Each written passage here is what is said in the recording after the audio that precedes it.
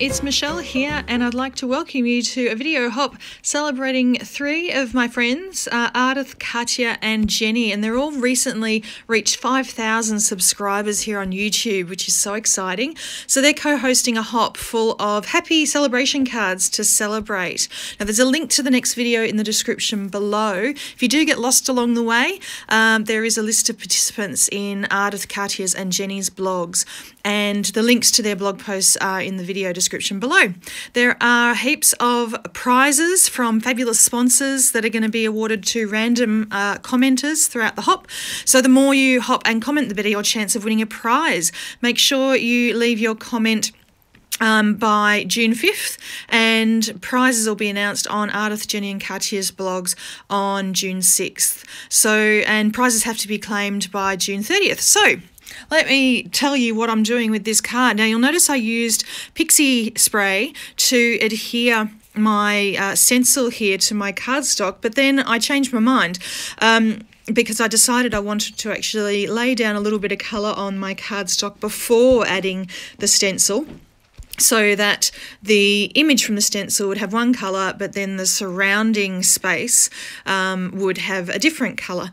So I actually flipped my cardstock over, because once I'd adhered the pixie spray to the stencil and stuck it down, there would be a little bit of residue left on the cardstock from that pixie spray, and I didn't want that to interrupt my ink blending. So as you can see, I am using Distress Oxide inks with my favourite blending brushes, which are the Picket Fence Studios Life-Changing Blender brushes. And I'm using 4 colours. I'm using Spiced Marmalade, Abandoned Coral, which I'm using right here. I also used Picked Raspberry and Wilted Violet.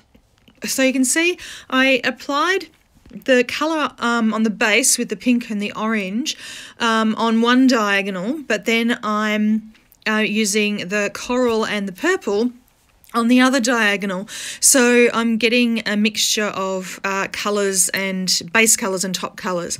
And you can see that I didn't actually take a whole lot of care to get the blending absolutely perfect, because I wanted it to be a little bit different, a little bit of texture there in the colour. So some parts would be darker, some parts would be lighter, some parts would show the background colours a little bit more and some a little bit less. And that was the look I was going for.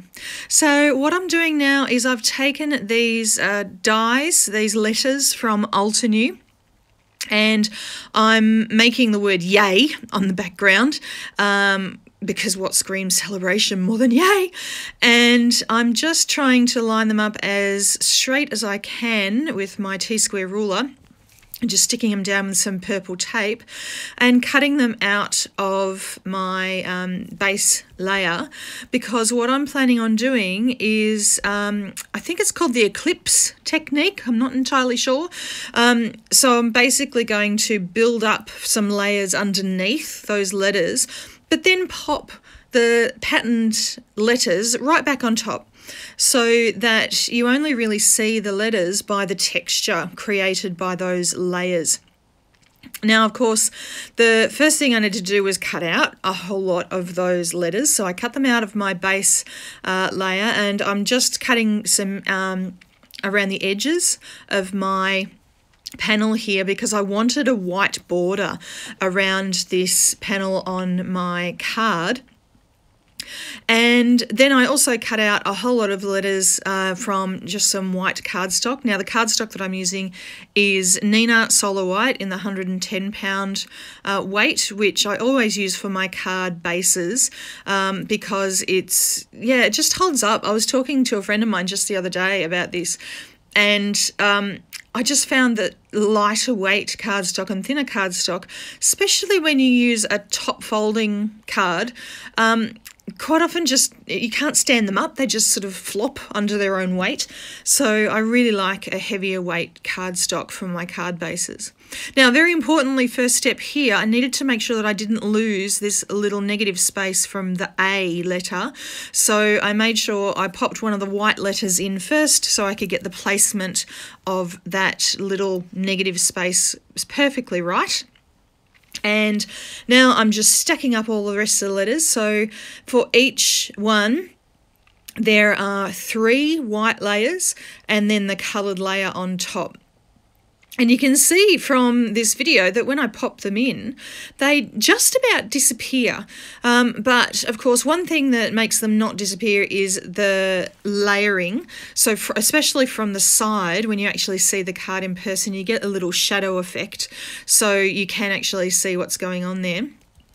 But I'm also going to be adding something a little bit later on to help them stand out a little bit more. All right, so I'm going to be adding a sentiment from this stamp set, which is such a clever stamp and die set. It's from Tailored Expressions. Has lots and lots of sentiments that are really useful. I'm stamping it in my favourite black ink, which is Picket Fence Studios Black Hybrid ink, and just stamping that down in my Misty, making sure I get a good impression. And then the die that you can buy separately with it just lines up perfectly with those little black squares along the edges. So you need to make sure that all of those black squares line up nicely with the die, and make sure that you stick it down with some purple tape or something like that to make sure it doesn't move. Now, I also recently bought the extra die that goes along with it that allows you to put a perfectly sized and cut black mat underneath each of those sentiments. And I saw a really cool idea on the Tailored Expressions website. Now, at the moment, I'm just going to be using one of these sentiments, but of course, I don't want to waste all the rest of them.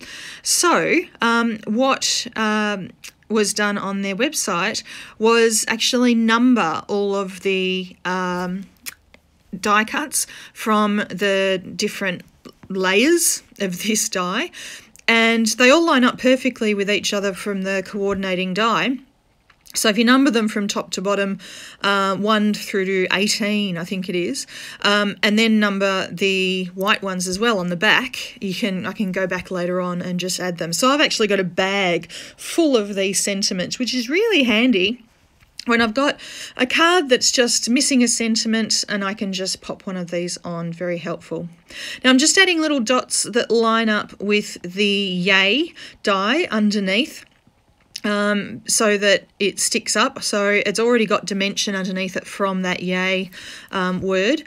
And then I decided I needed a little bit more to help that yay stand out. So what I'm doing is I'm just adding some Stardust stickles just to the lines of that mandala stencil that I used from Paper Rose.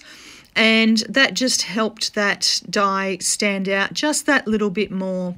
And I was really happy with the outcome of this card today. I hope you enjoyed my video, and I hope you continue on with the video hop. Lots of prizes to be won, so make sure you leave some comments along the way. And thank you very much for dropping in today. I will see you around. Thanks very much. Bye.